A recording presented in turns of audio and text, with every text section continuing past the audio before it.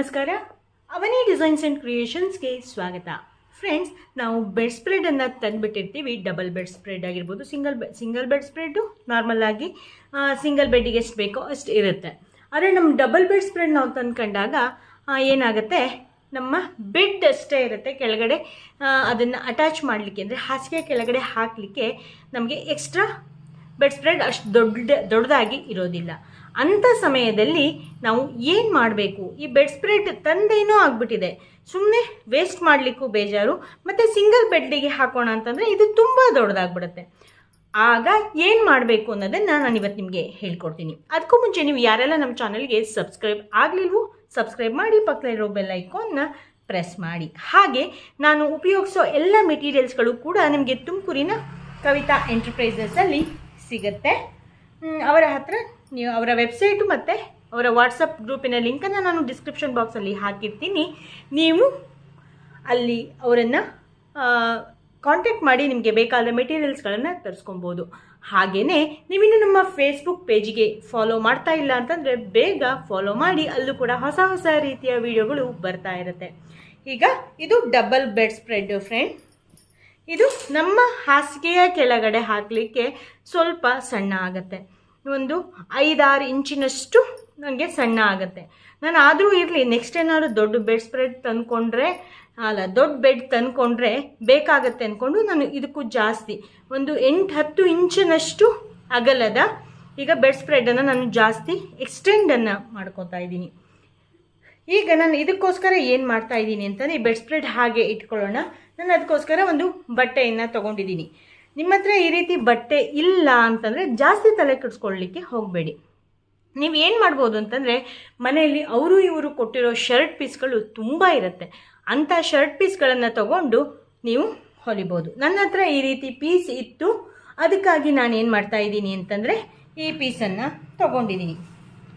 ಅಂದರೆ ನಾನಿಲ್ಲಿ ಎಡ್ಜ್ ಪೀಸನ್ನೇ ತೊಗೋತಿದ್ದೀನಿ, ಯಾಕೆಂದರೆ ನನಗೆ ಮಿಡ್ಲ್ ಪೀಸು ಬೇರೆ ವಸ್ತು ಮಾಡಲಿಕ್ಕೆ ಆಲ್ರೆಡಿ ಐಡಿಯಾ ಆಗಿದೆ. ಅದಕ್ಕೋಸ್ಕರ ಅದನ್ನು ನಾನು ಕೊನೆಗೆ ಇದು ಮಾಡೋಣ ಅಂತ ಅಂದ್ಕೊಂಡು ನಾನು ಎಡ್ಜ್ ಪೀಸ್ಗಳನ್ನೇ ತೊಗೋತಾ ಇದ್ದೀನಿ. ಎಡ್ಜ್ ಪೀಸನ್ನು ಯಾಕೆ ತೊಗೋಬೇಕು ಅಂದರೆ, ತೊಗೊಳ್ಳೇಬೇಕು ಅಂತ ಏನಿಲ್ಲ. ಎಡ್ಜ್ ಪೀಸ್ ತೊಗೊಂಡ್ರೆ ಒಂದು ಬೆನಿಫಿಟ್ ಏನಪ್ಪ ಅಂದರೆ, ಈ ಕಡೆ ಇದೆಯಲ್ಲ, ಇದನ್ನು ಮಡಚಿ ಹೊಲಿಯೋ ಅವಶ್ಯಕತೆ ಇರೋದಿಲ್ಲ. ಅದಕ್ಕಾಗಿ ಈಗ ನಾನು ಫಸ್ಟ್ ಏನು ಮಾಡಬೇಕು ಅಂತಂದರೆ, ನಾನು ಒಂದು 10 ಇಂಚು ಜಾಸ್ತಿ ದೊಡ್ಡಕ್ಕೆ ಮಾಡ್ತೀನಿ. ಅಂದರೆ 10 ಇಂಚು ಈ ಕಡೆ ಉದ್ದ, 10 ಇಂಚು ಈ ಕಡೆ, ಒಟ್ಟು ಟೋಟಲ್ 20 ಇಂಚಿನಷ್ಟು ನಾನು ನನ್ನ ಬೆಡ್ ಸ್ಪ್ರೆಡನ್ನು ಅಗಲ ಮಾಡ್ತಾ ಇದ್ದೀನಿ. ಈಗ ಇದು ಎಡ್ಜ್ ಪೀಸು ಈ ಕಡೆಗೆ ನಾನು ಫೋಲ್ಡ್ ಮಾಡಿ ಇಟ್ಕೊಂಡಿದ್ದೀನಿ, ಒಂದೇ ಸರಿಗೆ 2 ಬಟ್ಟೆ ಕಟ್ ಆಗುತ್ತಲ್ಲ ಅಂತ. ಈಗ ಏನು ಮಾಡಬೇಕು ಅಂತಂದರೆ, ಒಂದು 10 ಇಂಚಿನಷ್ಟು ತಗೋಬೇಕು. 10 ಇಂಚಿಗೆ ಒಂದು ಮಾರ್ಕನ್ನು ಮಾಡ್ಕೋಬೇಕು. ಹೀಗೆ ಒಂದೊಂದಿಷ್ಟು ದೂರಕ್ಕೆ 10 ಇಂಚಿಗೆ ಮಾರ್ಕ್ ಮಾಡಿಕೊಂಡು ಕಟ್ ಮಾಡ್ಕೊಳ್ಳಿ. ಅಷ್ಟು ಉದ್ದ ಇಲ್ಲ ಅಂದರೆ, ನಮಗೆ ಎಡ್ಜ್ ಪೀಸ್ ಇಲ್ಲ ಅಂತಂದರೆ ಜಾಸ್ತಿ ತಲೆ ಕೆಡಿಸ್ಕೊಳ್ಳಿಕ್ಕೆ ಹೋಗಬೇಡಿ. ನಾನು ಇದು ಮಧ್ಯಕ್ಕೆ ಏನು ಮಾಡ್ಬೋದು ಅಂತ ಅಂದ್ಕೊಂಡು ಐಡಿಯಾ ಮಾಡ್ಕೊಂಡಿರೋದಕ್ಕೋಸ್ಕರ ನಾನು ಎಡ್ಜ್ ಪೀಸನ್ನು ತಗೋತಾ ಇದ್ದೀನಿ. ಇಲ್ಲ, ನಿಮ್ಮ ಹತ್ರ ಇರೋದೇ 1 ಮೀಟ್ರ್ ಬಟ್ಟೆ ಇಲ್ಲ 2 ಮೀಟ್ರ್ ಬಟ್ಟೆ ಅಂತ ಹಾಗೇನಾದರೂ ನಿಮ್ಮ ಹತ್ರ ಇದ್ದರೆ ನೀವೇನು ಮಾಡಿ ಅಂತಂದರೆ, ಎಡ್ಜ್ ಪೀಸ್ ಬಗ್ಗೆ ತಲೆ ಕೆಡಿಸ್ಕೊಬೇಡಿ, ಒಂದು ಸ್ಟಿಚ್ಚು ಜಾಸ್ತಿ ಬರುತ್ತೆ ಅಷ್ಟೇ. ಹೀಗೆ ಇಟ್ಕೊಂಡು 10 ಇಂಚ್ ಮಾಡಿಕೊಂಡು ಹೀಗೆ ಅಡ್ಡ ಕಟ್ ಮಾಡ್ಕೊಳ್ಳಿ. ಒಂದೊಂದಕ್ಕೂ ಕೂಡ ಜಾಯಿಂಟನ್ನು ಮಾಡ್ತಾ ಹೋಗಿ, ಏನೂ ಕೂಡ ಪ್ರಾಬ್ಲಮ್ ಇರೋದಿಲ್ಲ. ಒಟ್ಟು ಟೋಟಲ್ ಆಗಿ 10 ಇಂಚುಗಳನ್ನು, ನಿಮಗೆ ಬೇಡ ಅಂದರೆ 8 ಇಂಚ್ ಮಾಡಿಕೊಂಡ್ರು ಕೂಡ ಸಾಕಾಗತ್ತೆ. ನಾನೊಂದು ಸ್ವಲ್ಪ ಎಕ್ಸ್ಟ್ರಾ ದೊಡ್ಡಕ್ಕಿರಲಿ ಅಂತ ಅಂದ್ಕೊಂಡು 10 ಇಂಚನ್ನು ಮಾಡ್ಕೊತಾ ಇದ್ದೀನಿ. 10 ಇಂಚಿನ ಅಗಲದ ಬಟ್ಟೆ, ಉದ್ದ ನಮಗೆ ಒಂದೇ ಸರಿಗೆ ಬೆಡ್ ಸ್ಪ್ರೆಡನ್ನು ನಾವು ಪೂರ್ತಿ 4 ಕಡೆನೂ ಕೂಡ ಅಳತೆ ಮಾಡಿಕೊಂಡ್ರೆ ಎಷ್ಟು ಬೇಕೋ ಅಷ್ಟು, ಇಂತಿಷ್ಟೇ ಅಂತ ಹೇಳಲಿಕ್ಕಾಗೋದಿಲ್ಲ. ಒಂದೊಂದು ಬೆಡ್ ಸ್ಪ್ರೆಡ್ ಲೆಂತ್ ಜಾಸ್ತಿ ಇರುತ್ತೆ, ವಿಡ್ತ್ ಕಡಿಮೆ ಇರುತ್ತೆ, ಹಾಗೆಲ್ಲ ಇರುತ್ತೆ. ಅದಕ್ಕೆ ಒಟ್ಟು 10 ಇಂಚಿನ ಬಟ್ಟೆಯನ್ನು ಉದ್ದಕ್ಕೆ ಒಟ್ಟು ಬೆಡ್ ಸ್ಪ್ರೆಡ್ಡಿನ ಸುತ್ತ ಬರೋ ರೀತಿಯಲ್ಲಿ ನಾವು ಕಟ್ಟನ್ನು ಮಾಡ್ಕೊಬೇಕು. ನಾನೀಗ 2 ಕಡೆನೂ ಕೂಡ 10 ಇಂಚಿನ ಬಟ್ಟೆಯನ್ನು ಕಟ್ ಮಾಡ್ಕೊಂಡು ತೊಗೊಬರ್ತೀನಿ. ಆಮೇಲೆ ಏನು ಮಾಡಬೇಕು ಅನ್ನೋದನ್ನು ನೆಕ್ಸ್ಟ್ ಹೇಳ್ತೀನಿ. ನೋಡಿ, 10 ಇಂಚಿನ ಬಟ್ಟೆಯನ್ನು ನಾನಿಲ್ಲಿ ಒಂದು 4 ಪೀಸ್ಗಳನ್ನು ನಾನಿಲ್ಲಿ ಕಟ್ ಮಾಡ್ಕೊಂಡಿದ್ದೀನಿ. ಈಗ ನಾನೇನು ಮಾಡಬೇಕು ಅಂದರೆ, ಈ ಎಲ್ಲದನ್ನೂ ಕೂಡ ಹೀಗೆ ಜಾಯಿಂಟ್ ಮಾಡಿ ಸ್ಟಿಚ್ ಮಾಡ್ಕೊಬೇಕು. ಯಾವ ಕಡೆ ಇದು ಬರುತ್ತೆ ಅಂತ ನೋಡಿಕೊಂಡು ಒಂದೇ ಕಡೆ ನಮಗೆ ಎಡ್ಜ್ ಪೀಸ್ ಬರೋ ರೀತಿಯಲ್ಲಿ ಹೀಗೆ ಸ್ಟಿಚ್ ಮಾಡ್ಕೊಬೇಕು. ಫಸ್ಟು ಹೀಗೆ ಸ್ಟಿಚ್ ಮಾಡ್ಕೊಂಡು ಬರ್ತೀನಿ, ಆಮೇಲೆ ಏನು ಮಾಡಬೇಕು ಅಂತ ಹೇಳ್ತೀನಿ. ಇಲ್ಲಿ ನೋಡಿ, ಈ ರೀತಿಯಾಗಿ ಸ್ಟಿಚ್ ಮಾಡಿಕೊಂಡು ಮೇಲ್ಗಡೆನೂ ಕೂಡ ಒಂದು ಸ್ಟಿಚ್ ಮಾಡ್ಕೊ ಅಂದರೆ ಫಸ್ಟ್ ಹೀಗೆ ಹಿಡ್ಕೊಂಡು ಸ್ಟಿಚ್ ಮಾಡಿಕೊಂಡು ಮೇಲ್ಗಡೆ ಸ್ಟಿಚ್ ಮಾಡಿಕೊಂಡು ತೊಗೊಬಂದಿದ್ದೀನಿ. ಈಗ ನಾವೇನು ಮಾಡಬೇಕಪ್ಪ ಅಂದರೆ ಬೆಡ್ ಸ್ಪ್ರೆಡ್ಡಿನ ಒಂದು ತುದಿಯನ್ನು ತೊಗೋಬೇಕು. ಹೇಗೆ ಅಂತಂದರೆ ಹೀಗಿಟ್ಕೊಂಡು ನಮಗೆ ಈ ಬಟ್ಟೆ ಸಾಕಾಗತ್ತಾ ಇಲ್ವಾ ಅಂತ ನಾವು ಹುಲ್ಕೊಂಡು ಆಮೇಲೆ ಮತ್ತೆ ಜಾಯಿನ್ ಮಾಡೋದು ಅಂದರೆ ಕಷ್ಟ ಆಗಿಬಿಡುತ್ತೆ. ಅದ್ರ ಬದಲು ಈ ರೀತಿಯಾಗಿ 2 ಬಟ್ಟೆಗಳನ್ನು ಹಿಡ್ಕೊಂಡು ನೋಡ್ಕೊಬೇಕು. ಕಡಿಮೆ ಏನಾದರೂ ಆಗುತ್ತೆ ಅಂತಂದರೆ ಇನ್ನೊಂದು ಪೀಸನ್ನು ಕಟ್ ಮಾಡ್ಕೊಬೇಕು. ಹೀಗೆ ಪೂರ್ತಿನೂ ಹೀಗೆ ಹಿಡ್ಕೊಬೇಕು. ನಾನು ಪೂರ್ತಿ ಹಿಡಿದು ನೋಡಿದೆ, ನನಗೆ ಒಂದು ಸ್ವಲ್ಪ ಕಡಿಮೆ ಆಗುತ್ತೆ. ಈಗ ನನ್ನ ಹತ್ರ ಎಡ್ಜ್ ಪೀಸ್ಗಳು ಖಾಲಿಯಾಗಿದೆ. ಈಗ ಏನು ಮಾಡಬೇಕಪ್ಪ ಅಂದರೆ ಈ ಮೇನ್ ಪೀಸಲ್ಲಿ ನಾವು 10.25 ಅಥವಾ 10.25 ಇಂಚನ್ನು ಮತ್ತೆ ಅಳತೆ ಮಾಡ್ಕೊಬೇಕು. 11 ಇಂಚಿದೆ, ಮಡಚಿ ಹುಲಿಯೋ ಅಷ್ಟೊತ್ತಿಗೆ ಕರೆಕ್ಟ್ ಆಗುತ್ತೆ. 11 ಇಂಚನ್ನೇ ನಾವಿಲ್ಲಿ ಕಟ್ ಮಾಡ್ಕೊಂಬಿಡೋಣ. ಯಾಕೆಂದರೆ ನಾವಿಲ್ಲಿ ಎಡ್ಜ್ ಪೀಸ್ ಅಲ್ಲದೆ ಇರೋದ್ರಿಂದ ಒಂದಿಷ್ಟಾದರೂ ಕೂಡ ಮಡಚಿ ಹುಲಿಬೇಕಾಗತ್ತೆ. ಮಡಚಿ ಹುಲಿದಿಲ್ಲ ಅಂದರೆ ದಾರ ಎತ್ಕೊಂಡ್ಬಂದ್ಬಿಡುತ್ತಲ್ಲ, ಅದಕ್ಕೋಸ್ಕರ ನಾವು ಮಡಚಿ ಹುಲಿಬೇಕಾಗತ್ತೆ. ಇದನ್ನು ಕೂಡ ಕಟ್ ಮಾಡಿಕೊಂಡು ಜಾಯಿನ್ ಮಾಡಿಕೊಂಡು ತೊಗೊಬರ್ತೀನಿ. ಕೊನೆಗೆ ಬೆಡ್ ಸ್ಪ್ರೆಡ್ಡಿಗೆ ಎಲ್ಲೆಲ್ಲಿ ಜಾಯಿನ್ ಮಾಡಬೇಕು, ಹೇಗೆ ಜಾಯಿನ್ ಮಾಡಬೇಕು ಅನ್ನೋದನ್ನು ಮತ್ತೆ ಹೇಳ್ತೀನಿ. ನಾವೀಗ ಈ ಪೀಸಿನ ಫಸ್ಟು ಇಲ್ಲಿ ಎಡ್ಜನ್ನು ನಾವು ಸ್ಟಿಚ್ ಮಾಡ್ಕೊಬೇಕು. ಹೀಗೆ ನಾವು 1 ಇಂಚ್ ಎಕ್ಸ್ಟ್ರಾ ಆಗಿದ್ದಕ್ಕೆ 1 ಇಂಚ್ ಹೋಗುವಷ್ಟೇ ಕೂಡ ಫೋಲ್ಡ್ ಮಾಡಿ ಮಡಚಿ ಹುಲ್ಕೋಬೇಕು. ಆಮೇಲೆ ಈ ಕಡೆ ಪೀಸನ್ನು ಅದಕ್ಕೆ ಮೇನ್ ಪೀಸಿಗೆ ಇಲ್ಲಿದೆಯಲ್ಲ ಫಸ್ಟು ಕಟ್ ಮಾಡ್ಕೊಂಡಿದ್ವಲ್ಲ ಆ ಪೀಸಿಗೆ ಹೀಗಿಟ್ಟು ಜಾಯಿನ್ ಮಾಡ್ಕೋಬೇಕು. ನೋಡಿ, ಹೀಗಿಟ್ಟು ಇಲ್ಲಿಂದ ಇಷ್ಟು ಬರೋ ರೀತಿಯಲ್ಲಿ ನಾವು ಫೋಲ್ಡ್ ಮಾಡಿ ಸ್ಟಿಚ್ ಮಾಡ್ಕೊಬೇಕು. ಸ್ಟಿಚ್ ಮಾಡಿಕೊಂಡು ಈ ಸೈಡಲ್ಲಿ ಮತ್ತು ಇಲ್ಲೂ ಕೂಡ ಇದರ ಜೊತೆಗೆ ಸ್ಟಿಚ್ ಮಾಡ್ಕೊಂಡು ತಗೊಂಡು ಬರ್ತೀನಿ. ನೋಡಿ, ಈಗ ಸ್ಟಿಚ್ ಮಾಡ್ಕೊಂಡು ಬಂದೆ. ಈ ಕಡೆ ಫೋಲ್ಡ್ ಮಾಡಿ ಸ್ಟಿಚ್ ಮಾಡಿಕೊಂಡು ಮತ್ತು ಈ ಬಟ್ಟೆಯನ್ನು ಇದಕ್ಕೆ ಜಾಯಿನ್ ಮಾಡಿಕೊಂಡು ಕೂಡ ತೊಗೊಂಡ್ಬಂದೆ. ಈಗ ಪೀಸನ್ನು ಹೇಗೆ ನಮ್ಮ ಬೆಡ್ ಸ್ಪ್ರೆಡ್ಡಿಗೆ ಅಟ್ಯಾಚ್ ಮಾಡೋದು ಅಂತ ನೋಡೋಣ. ಈಗ ಇಲ್ಲಿ ನಾವು ಮಾಡ್ತಾ ಈ ಎಡ್ಜ್ ಪೀಸಿಂದ ಮಾಡಬೇಡಿ, ಅಂದರೆ ಲಾಸ್ಟ್ ಮೀನ್ಸ್ ನಾವು ತುದಿಗೆ ಮಾಡೋಕ್ಕೆ ಹೋಗಬೇಡಿ. ಏನಕ್ಕೆ ಅಂತಂದರೆ ತುದಿಗೆ ಮಾಡಿದ್ರೆ ನೆಕ್ಸ್ಟ್ ಹೇಳ್ತೀನಿ ಏನಕ್ಕೆ ಅಂತ. ಒಂದು ಇಷ್ಟು ಗ್ಯಾಪನ್ನಾದರೂ ಬಿಟ್ಟು ನಾವು ಹೀಗೆ ಸ್ಟಿಚ್ ಮಾಡಲಿಕ್ಕೆ ಸ್ಟಾರ್ಟ್ ಮಾಡಬೇಕು. ಇಷ್ಟು ಮಾಡೋದಲ್ದೇ ಇಲ್ಲಿ ಒಂದು ಅರ್ಧ ಮುಕ್ಕಾಲು ಇಂಚಿನಷ್ಟು ಈ ಬಟ್ಟೆಯನ್ನು ಬಿಟ್ಟು ನಾವು ಹೀಗೆ ಸ್ಟಿಚ್ ಮಾಡಬೇಕು.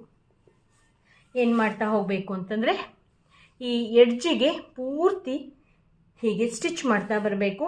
ವಾಪಸ್ ಇಲ್ಲಿವರೆಗೆ ಬರೋ ತನಕನೂ ಕೂಡ ಹಾಗೆ ಸ್ಟಿಚ್ ಮಾಡಿಕೊಂಡು ಆಮೇಲೆ ತೊಗೊಂಬರ್ತೀನಿ. ಆಮೇಲೆ ಇನ್ನೊಂದು ಮಾಡೋದಿದೆ, ಅದನ್ನೇನು ಮಾಡಬೇಕು ಅನ್ನೋದನ್ನು ಹೇಳ್ತೀನಿ. ಇಡೀ ಬೆಡ್ ಸ್ಪ್ರೆಡ್ಡಿನ ಸುತ್ತಕ್ಕೆ ಅರ್ಧ ಇಂಚಿನ ಡಿಸ್ಟೆನ್ಸಲ್ಲಿ ಸುತ್ತಲೂ ಕೂಡ ಸ್ಟಿಚ್ ಮಾಡಿಕೊಂಡು ತೊಗೊಂಡು ಬರ್ತೀನಿ. ಸುತ್ತಲೂ ಕೂಡ ಹೊಲ್ಕೊಬಂದಾಯಿತು. ನಾವು ಫಸ್ಟಿಗೆ ಇಲ್ಲಿ ಹೀಗೆ ಒಂದು ಅರ್ಧ ಮುಕ್ಕಾಲು ಇಂಚನ್ನು ಬಿಡಕ್ಕೆ ಹೇಳಿದ್ನಲ್ಲ, ಈ ಕಡೆನೂ ಕೂಡ ಅದರ ಮೇಲ್ಗಡೆ ಬರೋ ರೀತಿಯಲ್ಲಿ ನಾನು ಇಲ್ಲಿವರೆಗೂ ಕೂಡ ಸ್ಟಿಚ್ ಮಾಡ್ಕೊಂಡಿದ್ದೀನಿ. ಈಗ ಇಲ್ಲಿ ಏನು ಮಾಡಬೇಕಪ್ಪ ಅಂತಂದರೆ ಹೀಗೆ ಇಟ್ಕೊಂಡು ಇಲ್ಲೂ ಕೂಡ ಫೋಲ್ಡ್ ಮಾಡಿ ಹೊಲಿಲಿಕ್ಕೆ ಬರಬೇಕಲ್ಲ, ಆ ರೀತಿಯಾಗಿ ನಾವಿಲ್ಲಿ ಕಟ್ ಮಾಡ್ಕೊಬೇಕು. ಎಕ್ಸ್ಟ್ರಾ ಬಟ್ಟೆನ ಕಟ್ ಮಾಡಿಕೊಂಡು ಇದನ್ನು ಜಾಯಿಂಟ್ ಮಾಡಿ ನಾವೀಗ ಹೊಲಿಬೇಕು. ಇದನ್ನು ಜಾಯಿಂಟ್ ಮಾಡಿ ಹೊಲ್ಕೊಬೇಕು. ಹೀಗಿಟ್ಕೊಂಡು ಇದನ್ನು ಹೀಗೆ ಫೋಲ್ಡ್ ಮಾಡಿದ್ರೆ ಕರೆಕ್ಟಾಗಿ ಸ್ಟಿಚ್ ಬರುತ್ತೆ. ಅಷ್ಟು ಆದಮೇಲೆ ನೋಡಿ, ಹೊದಾದ್ಮೇಲೆ ಈ ರೀತಿಯಾಗಿ ಕಾಣಿಸ್ತಾ ಇದೆಯಲ್ಲ, ಈಗ ಇದು ಹಿಂಗೆ ಇದ್ದರೆ ಅಷ್ಟು ಚೆನ್ನಾಗಿ ಅನಿಸೋದಿಲ್ಲ. ಅದಕ್ಕಾಗಿ ಏನು ಮಾಡಬೇಕು, ಇಲ್ಲಿ ಮೇಲ್ಗಡೆ ಒಂದು ಸ್ಟಿಚ್ ಬರೋ ರೀತಿಯಲ್ಲಿ ಹೊಲ್ಕೊಂಬರ್ಬೇಕು. ನಾನು ಇಲ್ಲಿ ಮೇಲ್ಗಡೆ ಅಲ್ಲಿ ಆ ಸೈಡನ್ನು ಹೊಲ್ಕೊಂಡು ಇಲ್ಲಿ ಮೇಲ್ಗಡೆ ಸ್ಟಿಚ್ ಹಾಕ್ಕೊಂಡು ಬರ್ತೀನಿ. ಆಮೇಲೆ ನಾನು ಬೆಡ್ಡಿಗೆ ಹಾಕಿರೋದನ್ನು ತೋರಿಸ್ತೀನಿ ಯಾವ ರೀತಿಯಾಗಿ ಕಾಣಿಸ್ತಾ ಇದೆ ಅಂತ. ಫ್ರೆಂಡ್ಸ್, ನಾವು ಇದನ್ನು ಬೇಗ ಮುಗಿಸ್ಬೋದು ಇಷ್ಟು ಹಿಂಗೆ ಮಾಡಿ ಹಂಗೆ ಮಾಡಿ ಅಂತ. ಆದರೆ ಕೆಲವೊಂದನ್ನೆಲ್ಲ ನಾವು ಡೀಟೇಲ್ ಆಗಿ ಹೇಳಿಲ್ಲ ಅಂದರೆ ಕೆಲವೊಬ್ಬರಿಗೆ ಅರ್ಥ ಆಗುತ್ತೆ, ಕೆಲವೊಬ್ಬರಿಗೆ ಅರ್ಥ ಆಗೋದಿಲ್ಲ. ಅಂಥ ಜನರಿಗಾಗಿ ಸ್ವಲ್ಪ ಡೀಟೇಲ್ ಆಗಿ ವಿಡಿಯೋ ಮಾಡಿರ್ತೀವಿ. ನೀವು ಸ್ಕಿಪ್ ಮಾಡ್ಕೊಂಡು ನೋಡ್ತಾ ಹೋದರೆ ನಿಮಗೆ ಪೂರ್ತಿಯಾಗಿ ಅರ್ಥ ಆಗೋದಿಲ್ಲ. ಅದಕ್ಕೆ ಸ್ಕಿಪ್ ಮಾಡದೆ ನೋಡಿ. ಮತ್ತು ನೀವು ಇನ್ನೂ ನಮ್ಮ ಚಾನಲ್ಗೆ ಸಬ್ಸ್ಕ್ರೈಬ್ ಆಗದೇ ಇದ್ದರೆ ಸಬ್ಸ್ಕ್ರೈಬ್ ಮಾಡಿ. ಇದಿಷ್ಟು ಕೂಡ ಸ್ಟಿಚ್ ಮಾಡ್ಕೊಂಡು ತಗೊಂಡು ಬೆಡ್ಡಿಗೆ ಹಾಕಿ ನಾನು ತೋರಿಸ್ತೀನಿ. ನೋಡಿ, ನಾನೀಗ ಬೆಡ್ ಸ್ಪ್ರೆಡ್ ಹಾಸಿದ್ದೀನಿ. ನೋಡಿ, ನನ್ನ ಬೆಡ್ ಸ್ಪ್ರೆಡ್ಡು ಇಲ್ಲಿವರೆಗೆ ಬರ್ತಿತ್ತು. ಅಂದರೆ ಇದಿಷ್ಟು ಹಿಂಗೆ ಒಳಗಡೆ ಹಾಕಲಿಕ್ಕೆ ಸಾಕಾಗ್ತಾ ಇರಲಿಲ್ಲ. ಅದಕ್ಕಾಗಿ ನಾನು ಈ ಥರ ಬಟ್ಟೆಯನ್ನು ಹೇಗೆ ಕೊಡೋದು ಅಂತ ತೋರಿಸಿದ್ನಲ್ಲ. ನೋಡಿ, ಇಷ್ಟುದ್ದ ನಮಗೆ ಎಕ್ಸ್ಟ್ರಾ ಬರುತ್ತೆ. ನಾವು ಮಲಗಿದ ತಕ್ಷಣ ಇದು ಕಿತ್ತೋಗೋ ಚಾನ್ಸಸ್ ಜಾಸ್ತಿ ಇರುತ್ತೆ, ಈ ರೀತಿ ಅಟ್ಯಾಚ್ ಮಾಡ್ಕೊಂಡಿಲ್ಲ ಅಂದರೆ. ಹೀಗೆ ಇದ್ಬಿಟ್ರೆ ನಮಗೆ ಬೆಡ್ ಸ್ಪ್ರೆಡ್ ಹಾಕಿದ್ದು ತುಂಬ ಚೆನ್ನಾಗಿ ನೀಟಾಗಿ 1 ವಾರದವರೆಗೂ ಕೂಡ ಸುಮಾರು ದಿನ ಏನೂ ಆಗೋದಿಲ್ಲ. ಮತ್ತು ನೀಟಾಗಿ ತಕ್ಷಣ ಮಾಡ್ಕೊಬಹುದು ಹೀಗೆ ಹಾಕ್ಕೊಳ್ಳೋದ್ರಿಂದ. ನೋಡಿ, ಕೆಲವೊಂದು ಬೆಡ್ ಸ್ಪ್ರೆಡ್ ನಾವು ಇದು ವೇಸ್ಟು, ನಮ್ಗೆ ಇದಕ್ಕೆ ಬರೋದಿಲ್ಲ, ಜಾರ್ ಹೋಗುತ್ತೆ ಅಂದ್ಕೊಂಡು ಇನ್ನೂ ದೊಡ್ಡ ಬೆಡ್ ಸ್ಪ್ರೆಡನ್ನು ಹುಡುಕ್ಲಿಕ್ಕೆ ಹೋಗ್ತೀವಿ. ಅಂಥ ಸಮಯದಲ್ಲಿ ಸಣ್ಣದು ತಂದರೂ ಕೂಡ ಈ ರೀತಿಯಾಗಿ ನಾವು ರೆಡಿ ಮಾಡ್ಕೊಬೋದು. ನೋಡಿ, ಎಷ್ಟು ಚೆನ್ನಾಗಿ ಕಾಣಿಸ್ತಾ ಇದೆ. ಮತ್ತು ಆಡಾಗಿ ಕೂಡ ಏನು ಕಾಣಿಸ್ತಾ ಇಲ್ಲ. ಮತ್ತು ಮೇಲ್ಗಡೆನೂ ಕೂಡ ನೀಟಾಗಿ ಇರುತ್ತೆ. ದಿನ ಒಂದ್ಸರಿ ಧೂಳನ್ನು ಕೊಡವಿ ನಾವು ಇಟ್ಬಿಟ್ರೆ ತುಂಬ ಚೆನ್ನಾಗಿ ಆಗುತ್ತೆ. ಇಲ್ಲೂ ನೋಡಿ, ಈ ಕಡೆ ಇಲ್ಲೂ ಅಷ್ಟೇ. ಇಲ್ಲಿ ನಾವು ಆ ಕಡೆ ಪೂರ್ತಿ ಒಳಗೆ ಹಾಕಕ್ಕೆ ಹೋದರೆ ಈ ಕಡೆ ಬರ್ತಿರ್ಲಿಲ್ಲ. ಇಲ್ಲೂ ಕೂಡ ಎಷ್ಟು ಚೆನ್ನಾಗಿ ಒಳಗಡೆ ಹೋಗಿದೆ, ಎಷ್ಟು ನೀಟಾಗಿ ಕಾಣಿಸ್ತಾ ಇದೆ ಅಲ್ವಾ ಫ್ರೆಂಡ್ಸ್. ಬೆಡ್ ಸ್ಪ್ರೆಡು ನಾವು ಮಲಗಿ ಎದ್ದ ತಕ್ಷಣ ಕಿತ್ತೋಗೋ ಚಾನ್ಸಸ್ ಜಾಸ್ತಿ ಇರುತ್ತೆ.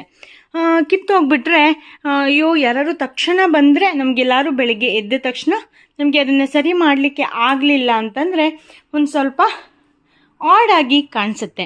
ನಾನು ಅದಕ್ಕಾಗಿ ಏನು ಮಾಡಿದ್ದೆ, ಬೆಡ್ ಸ್ಪ್ರೆಡ್ ಸಣ್ಣ ಇದ್ದರೆ ನಾವು ಏನು ಮಾಡಬೇಕು ಅನ್ನೋದನ್ನು ಹಿಂದಿನ ವಿಡಿಯೋದಲ್ಲಿ ಹೇಳಿದ್ದೆ.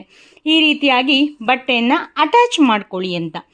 ಇವತ್ತಿನ ವಿಡಿಯೋದಲ್ಲಿ ಈ ರೀತಿ ಅಟ್ಯಾಚ್ ಮಾಡ್ಕೊಳ್ಳೋದು ಒಂದು ಮೆಥಡ್ ಆದರೆ, ಇನ್ನೊಂದು ಬೆಸ್ಟ್ ಮೆಥಡ್ ಇದೆ.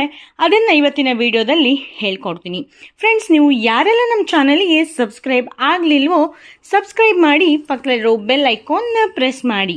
ಹಾಗೆ ನೀವಿನ್ನು ನಮ್ಮ ಮಾರಂಗೋಲಿ ಮತ್ತು ಅವನಿ ಹಾಬೀಸ್ಗೆ ಸಬ್ಸ್ಕ್ರೈಬ್ ಆಗದೇ ಇದ್ದರೆ ಪ್ಲೀಸ್ ಸಬ್ಸ್ಕ್ರೈಬ್ ಮಾಡಿ. ಹಾಗೆ ನಮ್ಮ ಫೇಸ್ಬುಕ್ ಪೇಜನ್ನು ಕೂಡ ಫಾಲೋ ಮಾಡಿ. ಇದೇ ಬೆಡ್ ಸ್ಪ್ರೆಡ್ಡಿಗೆ ನಾನಿವತ್ತು ಒಂದು ಇನ್ನೂ ನೀಟಾಗಿ ಹೀಗೆ ನಾವು ಎಷ್ಟು ಉಳ್ಳಾಡಿದ್ರೂ ಕೂಡ ಕೀಳದೇ ಇರೋ ರೀತಿಯಲ್ಲಿ ಹೇಗೆ ಇದನ್ನು ಇಡಬಹುದು, ಹಾಸಿಗೆ ಮೇಲೆ ಹಾಗೆ ಹೇಗೆ ಇರ್ಬೋದು ಅನ್ನೋದನ್ನು ನಾನು ನಿಮಗಿವತ್ತು ಹೇಳ್ಕೊಡ್ತೀನಿ, ಬನ್ನಿ.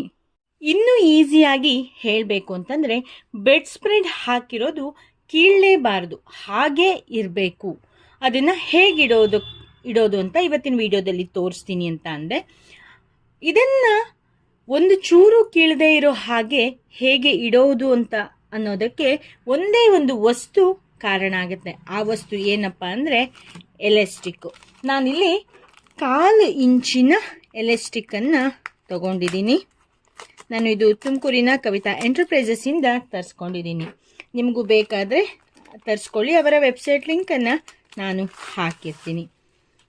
ನಾನು ಫುಲ್ ರೋಲನ್ನು ತರಿಸ್ಕೊಂಡಿದ್ದೆ, ಅಂದರೆ ಬೇರೆ ಬೇರೆ ಕೆಲಸಕ್ಕೂ ಬೇಕು ಅಂತ. ಈಗ ಈ ಎಲಾಸ್ಟಿಕ್ ಇಟ್ಕೊಂಡು ಏನು ಮಾಡಬೇಕಪ್ಪ, ನಾನಿಲ್ಲಿ 1/4 ಇಂಚಿನ ತೊಗೊಂಡಿದ್ದೀನಿ. ನೀವು ಇದಕ್ಕೆ ಜಾಸ್ತಿ ತೊಗೊಳಕ್ಕೆ ಹೋಗಬೇಡಿ. ಇದಕ್ಕೂ ಸಣ್ಣದು ಸಿಗುತ್ತೆ. ಆ ಸಣ್ಣದು ಸಿಕ್ಕಿದ್ರೂ ಕೂಡ ಅಡ್ಡಿಲ್ಲ, ಬಟ್ ಅದು ಎಷ್ಟು ಬಾಳಿಕೆ ಬರುತ್ತೆ ಅನ್ನೋದಕ್ಕೆ ನಾನು ಗ್ಯಾರಂಟಿ ಕೊಡೋದಿಲ್ಲ. ಇದು ತುಂಬ ಚೆನ್ನಾಗಿ ಬಾಳಿಕೆ ಬರುತ್ತೆ. ಇದನ್ನು ನಾವು ಹೇಗೆ ಯೂಸ್ ಮಾಡಬೇಕು, ಎಲಾಸ್ಟಿಕ್ಕನ್ನು ಇದಕ್ಕೆ ಹೇಗೆ ಅಟ್ಯಾಚ್ ಮಾಡಬೇಕು ಅನ್ನೋದನ್ನು ನಾನು ಇವತ್ತಿನ ವಿಡಿಯೋದಲ್ಲಿ ತೋರಿಸ್ತಾ ಇದ್ದೀನಿ. ನಾವು ಬೆಡ್ ಸ್ಪ್ರೆಡ್ ಸಣ್ಣದಾದರೆ ಹೇಗೆ ಅದನ್ನು ಹಾಕ್ಕೊಬೇಕು, ಇದಕ್ಕೆ ಯಾವ ರೀತಿ ಬಟ್ಟೆಯನ್ನು ಕೊಡಬೇಕು ಅಂತ ನಾನು ಹಿಂದಿನ ವಿಡಿಯೋದಲ್ಲಿ ತೋರಿಸ್ಕೊಟ್ಟಿದ್ದೀನಿ. ನಾನು ಇದರಲ್ಲೂ ಕೂಡ ಎಂಡ್ ಸ್ಕ್ರೀನಲ್ಲಿ ಮತ್ತು ಡಿಸ್ಕ್ರಿಪ್ಷನ್ ಬಾಕ್ಸಲ್ಲಿ ಕೂಡ ಇದರ ಲಿಂಕನ್ನು ಹಾಕಿರ್ತೀನಿ.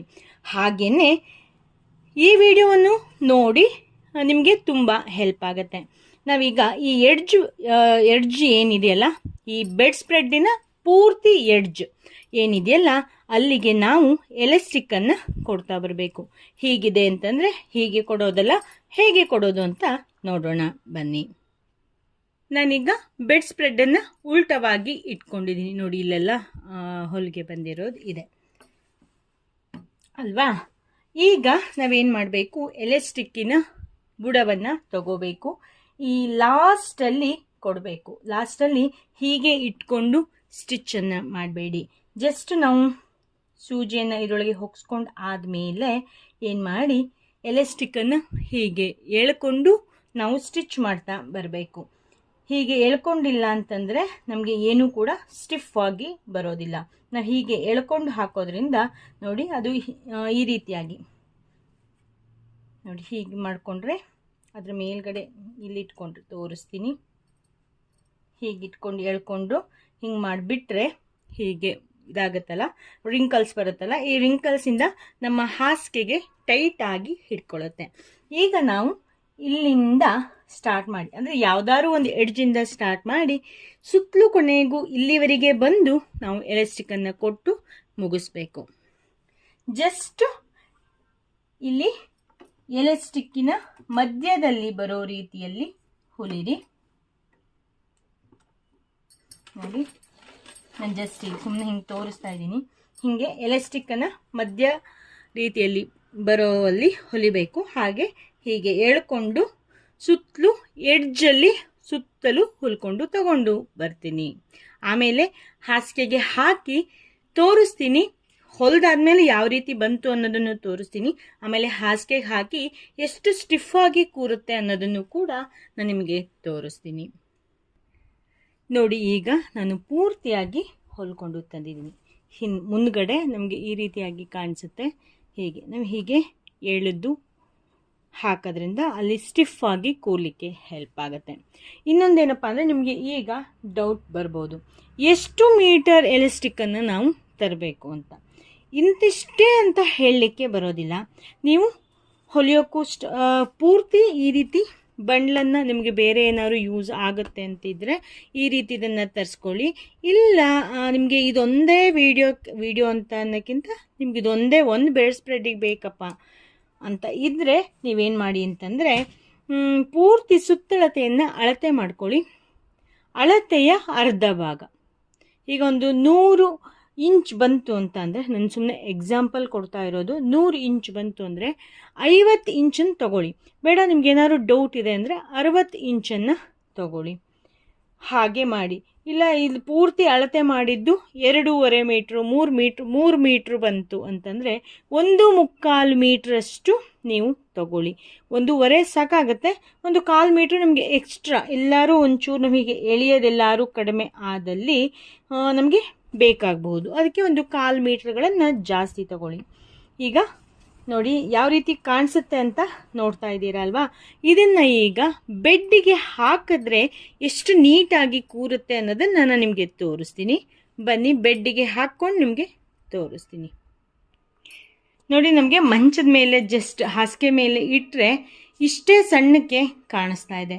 ಈಗ ಇಷ್ಟು ದೊಡ್ಡಕ್ಕಾಗುತ್ತಾ ಅಂತ ಒಂದ್ಸರಿ ಡೌಟ್ ಬರ್ಬೋದು. ಖಂಡಿತ ನಮ್ಮ ಹಾಸಿಗೆಗೆ ಕರೆಕ್ಟಾಗಿ ಆಗುತ್ತೆ. ಹಾಕಿ ತೋರಿಸ್ತೀನಿ ನೋಡಿ ಈಗ ಎಷ್ಟು ನೀಟಾಗಿ ಕೂತಿದೆ. ನಾನಿಲ್ಲಿ ಕೆಳಗಡೆ ಎತ್ತಿ ತೋರಿಸ್ತೀನಿ ಹಾಸಿಗೆನ ಯಾವ ರೀತಿಯಾಗಿ ಅಲ್ಲಿ ಒಳಗಡೆ ಕೂತಿರುತ್ತೆ ಅಂತ.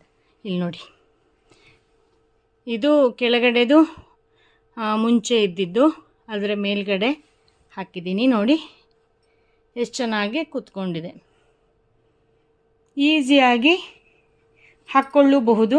ಯಾರ ಮಕ್ಕಳ ಹತ್ರ ಮೇಲ್ ಹಾಸಿಗೆಯನ್ನು ಹಾಸಿ ಬೆಡ್ ಸ್ಪ್ರೆಡನ್ನು ಹಾಸಿ ಅಂತಂದರೆ ಅವರು ಕೂಡ ಹಾಸ್ಬೋದು. ಎಷ್ಟು ಈಸಿಯಾಗಿ ಹಾಕ್ಕೊಬೋದು ಮತ್ತು ಎಷ್ಟು ನೀಟಾಗಿ ಕಾಣಿಸುತ್ತೆ ಅಂತ ನೋಡಿ. ಮತ್ತು ಕಿತ್ತೋಗೋ ಚಾನ್ಸಸ್ ಇರೋದಿಲ್ಲ. ನಿಮಗೆ ಇದು ಇಷ್ಟ ಆಯಿತು ಅಲ್ವಾ ಫ್ರೆಂಡ್ಸ್? ಇಷ್ಟ ಆದರೆ ಈಗಲೇ ಲೈಕ್ ಮಾಡಿ, ಶೇರ್ ಮಾಡಿ, ಕಾಮೆಂಟ್ ಮಾಡಿ. ಹಾಗೆ ಇನ್ನೊಂದು ಫ್ರೆಂಡ್ಸ್, ನಿಮಗೇನಾದರೂ ಬೆಡ್ ಸ್ಪ್ರೆಡ್ ದೊಡ್ಡಕ್ಕಿದೆ ಅಂತ ಅನಿಸಿದ್ರೆ, ಅಂದರೆ ನನಗೆ ಎಕ್ಸ್ಟ್ರಾ ಕೊಟ್ಟಿದ್ದು 10 ಇಂಚ್ ಅಲ್ವಾ, ನೀವು ಅಷ್ಟೆಲ್ಲ ದೊಡ್ಡಕ್ಕೆ ಬೇಡ, ನಿಮಗೆ 5 ಇಂಚ್ ಸಾಕು, ನಿಮ್ಗೆ ಅಷ್ಟೇ ಕಡಿಮೆ ಆಗ್ತಾ ಇದೆ ಅಂತ ನಿಮ್ಮ ಬೆಡ್ಡನ್ನು ಅಳತೆ ಮಾಡಿಕೊಂಡು ಬೇಕಾದರೆ ಕೊಟ್ಕೊಬೋದು. ಎಷ್ಟು ಅಂತ ನೋಡ್ಕೊಂಡು ಕೊಟ್ಕೊಳ್ಳಿ. ಆವಾಗ ಇನ್ನೂ ಚೆನ್ನಾಗಿ ಇನ್ನೂ ಸ್ಟಿಫಾಗಿ ಕೂರುತ್ತೆ ಈ ರೀತಿ ಮಾಡಿಕೊಂಡಾಗ. ನಿಮಗೆ ಇದು ಇಷ್ಟ ಆದರೆ ಲೈಕ್ ಮಾಡಿ ಮತ್ತು ಶೇರ್ ಮಾಡಿ, ನಮ್ಮ ಫೇಸ್ಬುಕ್ ಪೇಜನ್ನು ಕೂಡ ಫಾಲೋ ಮಾಡಿ ಅಂತ ಹೇಳ್ತಾ ಇವತ್ತಿನ ವಿಡಿಯೋನ ಇಲ್ಲಿಗೆ ಮುಗಿಸ್ತೀನಿ. Thank you, bye, take care, ಶುಭ ದಿನ. ವಿಡಿಯೋ ನೋಡಿದ್ದಕ್ಕಾಗಿ ಧನ್ಯವಾದಗಳು. ನೆಕ್ಸ್ಟ್ ಅಪ್ಡೇಟಿಗಾಗಿ ಕಾಯ್ತಾ ಇರಿ. Thank you, bye, take care, ಶುಭ ದಿನ.